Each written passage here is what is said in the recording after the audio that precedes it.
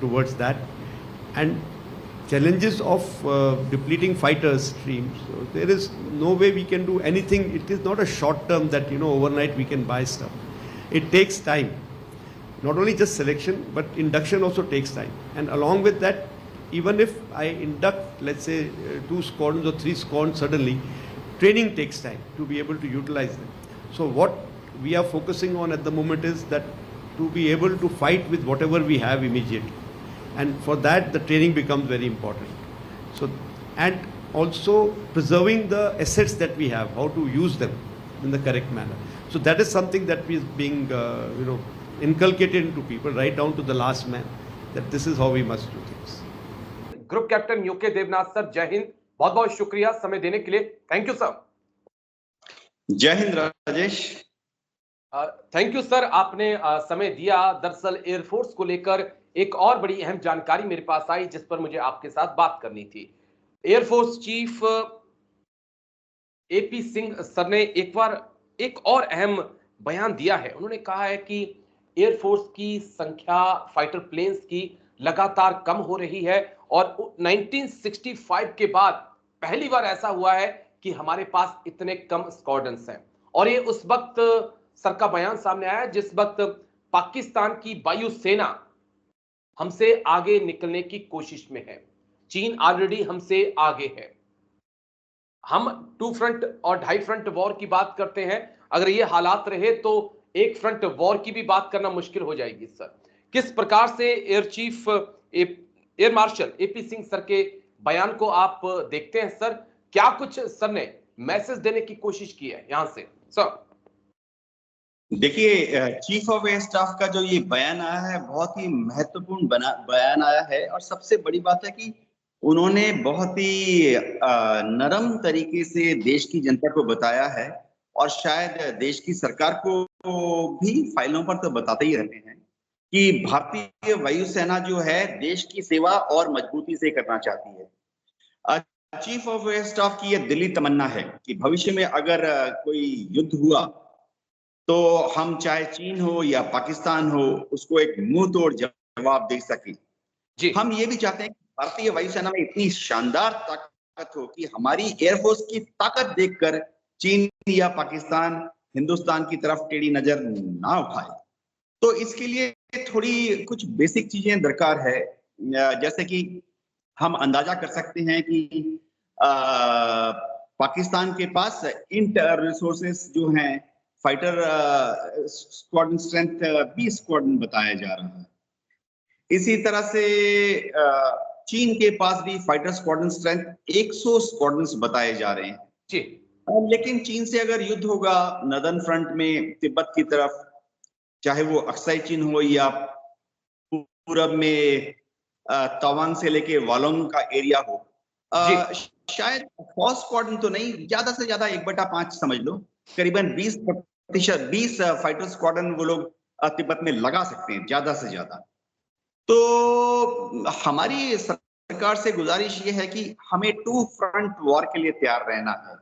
अगर पाकिस्तान हमला करे और पीछे से चीन हमें थोड़ा बहुत छेड़े, या उल्टा अगर चीन के साथ युद्ध हो और पीछे से पाकिस्तान हमारी पीठ पर हाथ फेरने की कोशिश करे, तो हमें समझिए 20 और 22 दोनों को अगर ऐड कर लें तो हमें 42 स्क्वाड्रन चाहिए। राजेश, मैं आपको ये भी बता दूं कि पिछले कुछ सालों में समुद्र की तरफ भी एक फ्रंट खुल गया है। अब इंडियन नेवी आशा करती है कि हमारी जो एयरफोर्स है वो उनको बे ऑफ बंगाल में सपोर्ट करेगी, तो एक स्क्वाड्रन उस तरफ चाहिए। हमारी नेवी आशा करती है कि हम अरब सागर में भी उनको सपोर्ट करेंगे, तो एक स्क्वाड्रन उस तरफ चाहिए। हमारी नेवी ये आशा करती है कि हम इंडियन ओशन में यानी दक्षिण में, सुदूर दक्षिण में ऑस्ट्रेलिया की तरफ उनको मदद करेंगे, तो एक स्क्वाड्रन वहां भी चाहिए। तो मेरा तो ये कहना है कि हमें 45 स्क्वाड्रन चाहिए। तो हमारे पास बचे हैं कोई 30 या 31 स्क्वाड्रन। एक और चीज ओपन सोर्स है, 31 ये स्क्वाड्रन है। मैं बीच में आपको टोक रहा हूँ, 31 स्क्वाड्रन है। 31 में भी 2 स्क्वाड्रन हमारे पास अभी भी मिग 21 के हैं जिनको हम इतना ज्यादा नहीं उड़ा पा रहे। यानी कि कहा जाए तो हमारे पास सिर्फ 28 से 29 स्क्वाड्रन है। अब सवाल ये हो जाता है सर, इंडियन आर्मी की बात करूं तो 1 के बदले 3 का रेशियो होता है। अगर आपने एक जवान को मारना है, अटैक करना है, तो उसको डिफेंड करने के लिए आपको अटैक करने के लिए आपको 3 चाहिए होंगे। पाकिस्तान के पास आप खुद कह रहे हैं कि 20 के आसपास स्क्वाड्रन पहुंच चुके हैं। 10 स्क्वाड्रन, 8 स्क्वाड्रन तो ज्यादा है सर। अगर वहां से एक फाइटर एयरक्राफ्ट आता है, F-16 उसके पास है, JF-17 उसके पास है, J-31 उसके पास आ चुका है, तो आपको उसको घेरने के लिए कम से कम 3 की तो जरूरत होगी सर। आपके पास तो 3 भी नहीं बच रहे हैं, आप तो 1.5 2 लगाना पड़ेंगे। हाँ राजेश, जहां तक पाकिस्तान की बात है, हमारे पश्चिमी सीमा से लगे जितने एयरबेस हैं, वहां पर हम नॉर्मल पीस टाइम में ORP लगाते हैं, ऑपरेशनल रेडीनेस प्लेटफॉर्म। तो पश्चिम में बोला तो गुजरात, राजस्थान, पंजाब, हरियाणा, J&K की तरफ जितने एयरबेस हैं, जो कि बॉर्डर के 100-200 किलोमीटर के अंदर हैं, वहां पर हम नॉर्मल पीस टाइम में एक ORP लगाते हैं, ऑपरेशनल रेडीनेस प्लेटफॉर्म, जिसमें हमेशा कम से कम 2 फाइटर विमान मिसाइल लगाकर तैयार रहते हैं कि अगर दुश्मन का जहाज आ जाए तो उसको घेर लेंगे। युद्ध के टाइम पर इन्हीं ORP पर 2 नहीं वरन कम से कम 4 जहाज एयर डिफेंस मिसाइल्स लगाकर, एयर टू एयर मिसाइल लगा के तैयार रहते हैं कि अगर दुश्मन का कोई जहाज आएगा तो हम स्क्रैम्बल करेंगे। तो ऑर्डर आता है बेस ऑपरेशन से, स्क्रैम्बल स्क्रैम्बल स्क्रैम्बल, और जो ORP में जो पायलट हैं वो या तो 15 मिनट रेडीनेस पे होते हैं या 5 मिनट्स रेडीनेस पे होते हैं। युद्ध के टाइम में 2 मिनट्स रेडीनेस में होते हैं। वो तुरंत टेक ऑफ करके दुश्मन को इंटरसेप्ट करके शूट डाउन करने का कोशिश करते हैं। तो एयरफोर्स के लिए ये समझना पड़ेगा कि हमारी एयरफोर्स की जितनी दम है, हवाई जहाज हैं, या हम जितनी सॉर्टेज जनरेट कर सकते हैं, आधे तो एयर डिफेंस के लिए ही खप जाते हैं।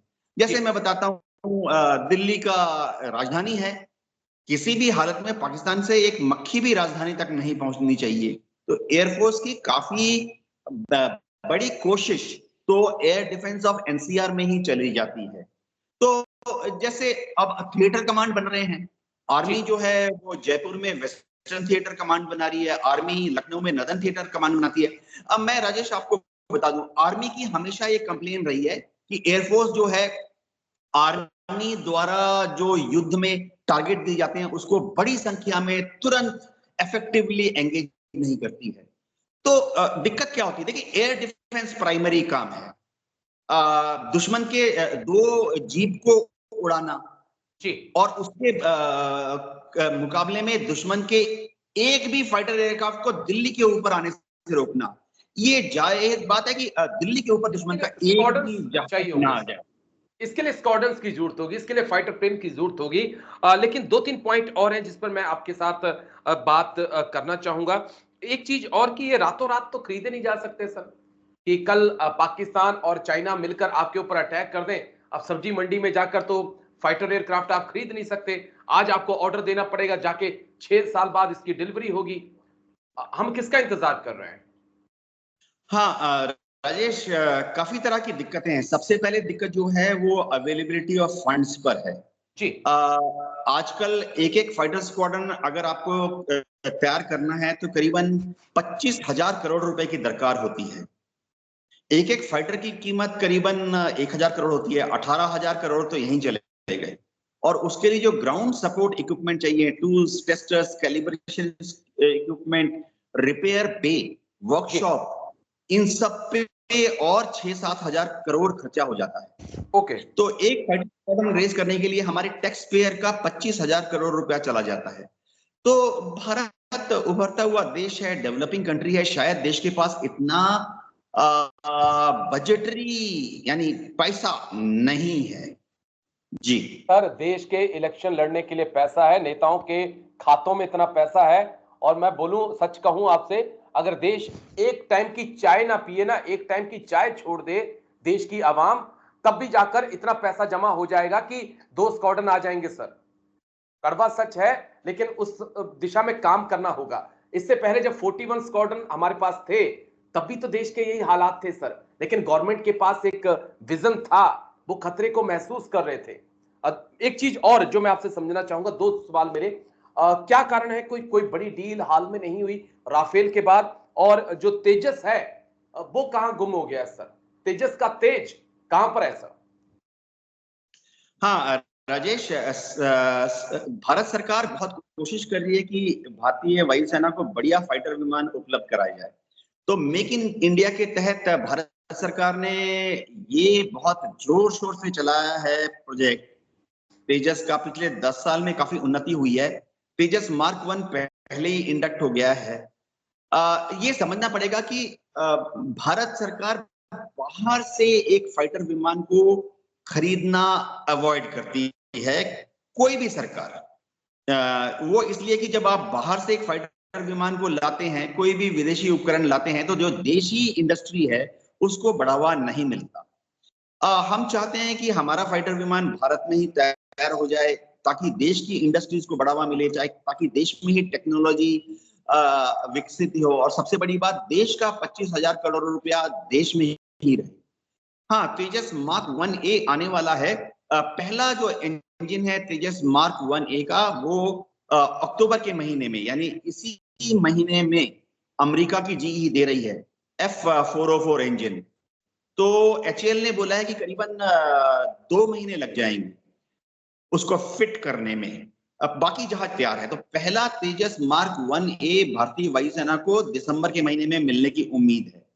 उसके बाद HAL ने जैसे वादा किया है कि हर साल 24 जहाज देंगे, तो 2025 में 24 नहीं तो 18 जहाज तो आ जाने चाहिए। तो हम उम्मीद कर रहे हैं कि तेजस मार्क 1A का पहला स्क्वाड्रन गठन होना शुरू हो जाएगा। स्क्वाड्रन के लिए कम से कम 6 जहाज तो चाहिए ना शुरुआती दौर में। तो स्क्वाड्रन गठन होना शुरू हो जाएगा 2025 के अंत तक। उसके बाद अगले 5 या 6 साल में हमें करीबन 83 तेजस मार्क 1 देने हैं, वो आ जाएंगे। लेकिन टाइम फ्रेम 2030 तक है, प्रैक्टिकल टाइम फ्रेम। मैं उम्मीद करूंगा कि पाकिस्तान और चीन भी इंतजार करें 2030 का, कि पहले भारत की वायुसेना अपने 41 स्क्वाड्रन्स पूरे कर ले, उसके बाद फिर हम उन पे अटैक करें। आई होप जनरल मुनीर और वहां पर जनरल ली किया उमिंग यही सोच रहे होंगे कि थोड़ा वेट करते हैं।